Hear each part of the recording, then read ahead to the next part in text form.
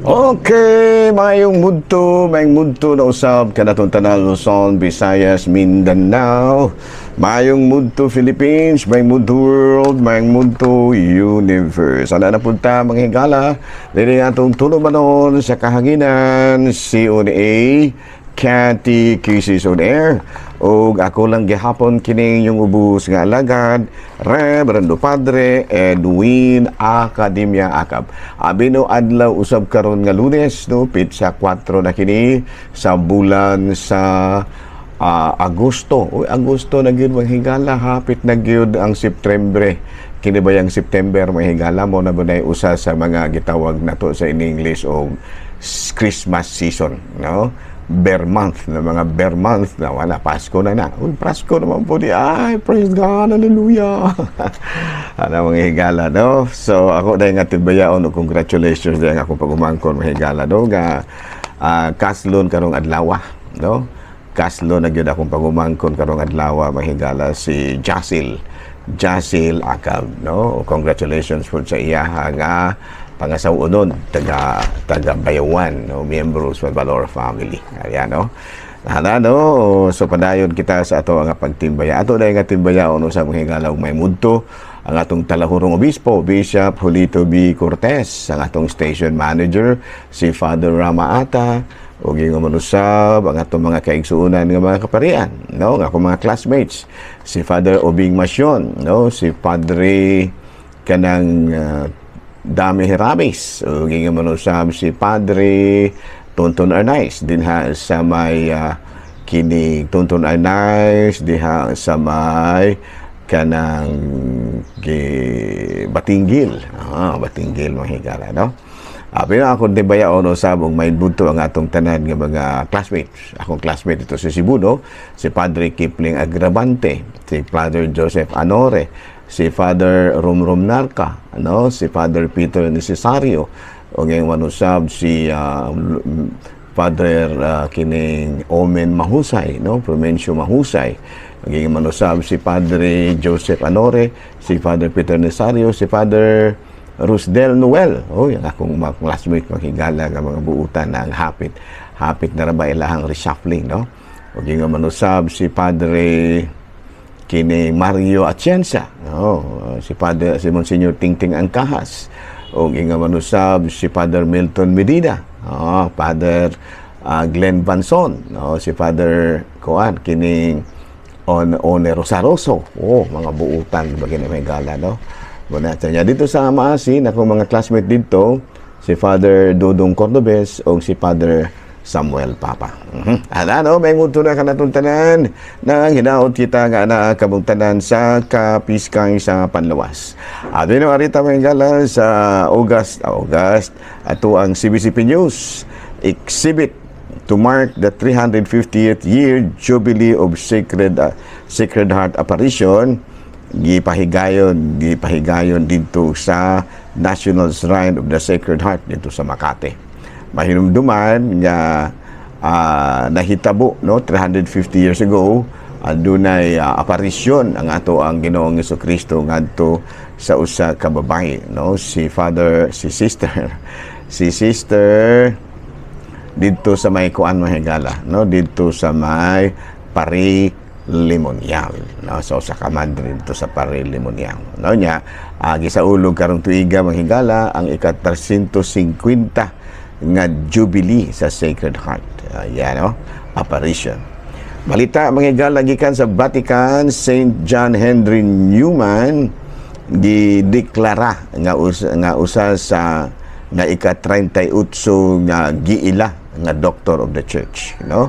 Kani manghigala sigon sa kasaysayan kini si si Bishop, no, Saint John Henry Newman kanhi usa ka Anglikano nga pari, no, membro ni siya sa grupo nga gitukod ni King Henry VIII apan mibalhin siya sa Katolikong pagtuo, converted to Catholicism. Gani nahimo siya nga usa ka pari, naordinahan siya sa kapari, and then nahimo usab siya nga usa ka obispo, no, si Saint John Henry Newman. Okay, nahala, no, padayon ta mga higala sa ato nga mga buhat tonon. Ari na ta mga higala sa atong Saint of the Day. Saint of the day ta mahigala, no? Saint of the day na to, August 4. Ang ato karon nga kining santo mausi karong adlaw pitsa 4 mahigala. Ang ato karon nga santo August 4 mausi sa pamahigala, ha? August 4. Okay. Si Saint John Mary Vianney. Uy, ang amo ni nga patron sa mga higala sa mga diocesan clergy. Oh, no, kini siya naordinahan siya nga usa ka pari.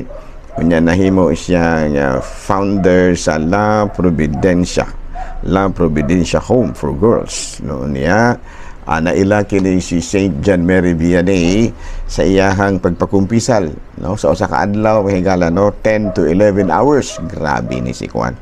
Kugihan gyud kay ni si Saint John Mary Vianney.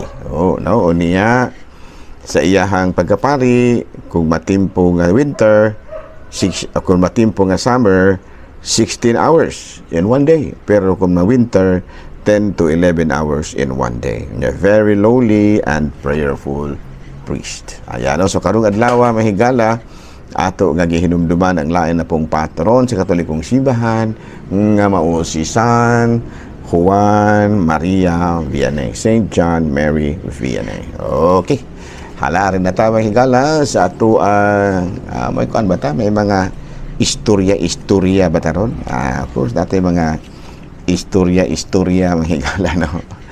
Abi, no, dunay higayon mga ladto ko sa Siaton ba nga naadto ko sa usa ka lugar nga gitawag og Managubsob, no, Managubsob.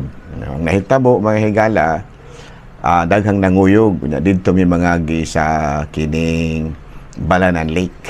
Ano kay kanang Managubsob mga higala kuan man na kanang sitio man na siya, no, sa Sandulot. No, nya mo kana pong Balanan sitio pud gihapon na sa Sandulot. Ayan, no, barangay na Sandulot. Unya ang nahitabo daghang kay nanguyog mga batanon na gikan mig mga alas 8 siguro. Pagabot dito nahitabo mahigala nga kanang naguna-una ang mga batanon kay ako hinay na Mulakaw kay gulang-gulang na baya. At that time gaedad ko mga 50 kapin kay karon dugay-dugay na mo ko pagapari. Mga 50 ko kapin pero I considered myself an old man kay go 50 na baya. Tingala ko pag-abot namo dito sa Managubsob, abi na kung nag-una man lagi sila. Tuwa na. Ang tubang mga higala, wala man dito. So, medyo doon na gamay pangutana. Nag-una man dagway, nganong wala man noon dito. Pagkataon-taon, nahuman akong misa na niunto na, niabot ang mga batanon.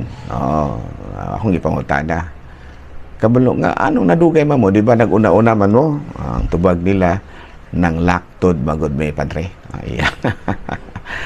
muna ilahang tubag. So medyo awkward kayong paminahon kay supposed to be mang laktod mas dali unta kay laktod ba ya.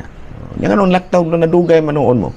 Nawala magod may padre. Munang namalik na lamang may niagi na lagi may sa eksaktong dalan. Okay, nga naman mas maayo dito sa eksaktong dalan kay di yung ka mawala. No? So, katong higala nahimo tong usa sa mga pagtulunan sa akong kinabuhi. No nga kinahanglan di ay nga kun magpanaw ka subaya ra gyud ang dalan. No, kinsa gani ang dalan?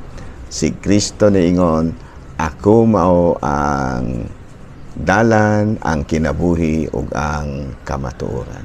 No, ako ang kamatuoran, ang dalan ug ang kinabuhi. Bisag usaon niyo nagbali-bali. Ato pa ayaw panglaktod, no. Ayaw panglaktod, no, subay gyud sa dalan nga mao si Kristo aron dili ka mawala. Wala, no. Wala. So mo pagtulunan nato karon sigon sa akong eksperyensya, no, nga kanang dili kita mawala kay usahay may gala sa itong kinabuhi manglaktod ba yata. Oy buti pa sabot di na ta musubay sa dalan ba.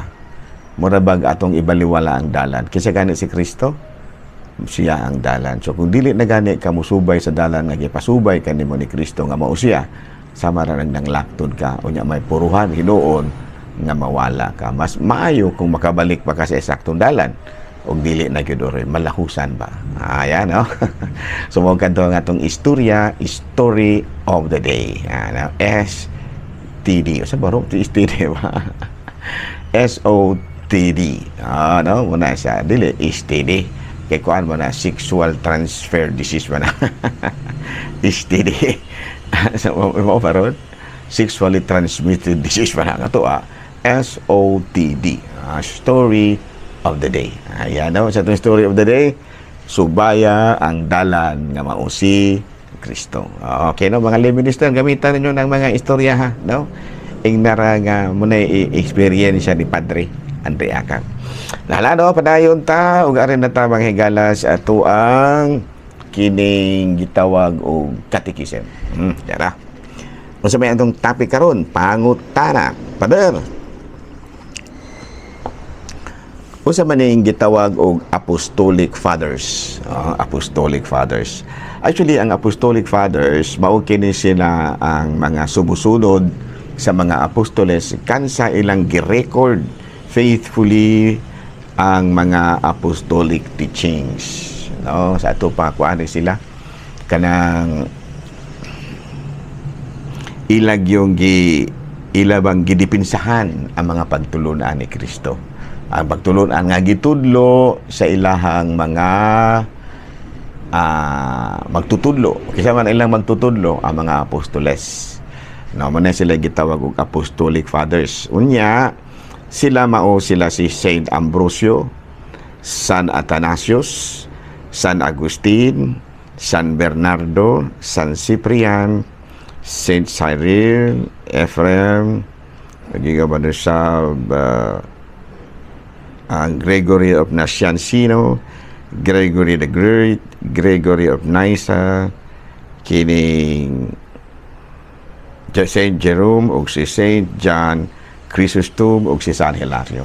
Muni sila mga apostolic fathers. Unyang ilang mga sinulat gitawag og Didache, Pastor of Hermas, Letter of Pope Clement, and Epistles of the Martyr Saint Ignatius of Antioch. Ayan, no? So, muna sila ang mga apostolic fathers. Mutuman giputan nila, no? Kay ang mga apostoles giingnan baya kung unsay inyong itugot dinhi sa yuta, itugot usab dito sa langit. Kung unsay inyong idili dinhi sa yuta, idili usab dito sa langit. Okay, no? Abay no atong klarohon og sa oras may gala. Layo pa, kulangan pa kay may gala. 12 minutes pa. Okay, another question. Pader, ngano man tang mga Katoliko, why Catholics are against capital punishment? Of course, mga higala, kini kung capital punishment, wala pa, hilusan ka sa kamatayon ba? Of course, ang silot kamatayon, good mga higala, murag, dili na hinuol ka makahinolsol kay patyon man ka. Hinuol makahinolsol siguro ka kung hapit na kapatya, pero siguro dinalian nga pagkahinolsula. Murag dili ba ka ba maka sa ato pa na dili nimo mapamalandungan gyud bagayo ang gihinolsulan kay namatay man ka, gipatay man ka. Na ikaduha, kanang not all cases are punishable by death. No, pero ang nahitabo mga higala nga tungod kay ang mga pobre, no, wala man sila katakos sa pagkuha og mga mayong laki nga abogado, muna nga usaha ba death penalty gyud ang pobre. Unya do na po giingon sa Biblia nga ayaw pagpatay. Malano nga dili laman ta magpatay-patay og tao, no. Ang buhaton na lang is kanang gitawag nato sa English og life sentence, bilangguon sa tibuok kinabuhi o dahil sa pinulungan pa na sa kinatsila reclusion perpetua. No, another question tamhigala arita sa laing pangutana sa usa ka awit. Father, usa maning gitawag og kanang baptism by desire. Baptism by desire. Kining baptism by desire, mao kini ang bunyag nga diin wala jud ka kabunyagi. No, wa jud ka kabunyagi. Sa tilot na lang wa jud ka kabunyagi. Pero tungod sa imong mga mayong buhat, tungod sa imong dakong pagtuog pagsalig kang Kristo, tungod sa imong mga mayo nga mga gawi, ikamatay nimo sama ra pud ka og nabunyagan. Klaro, no?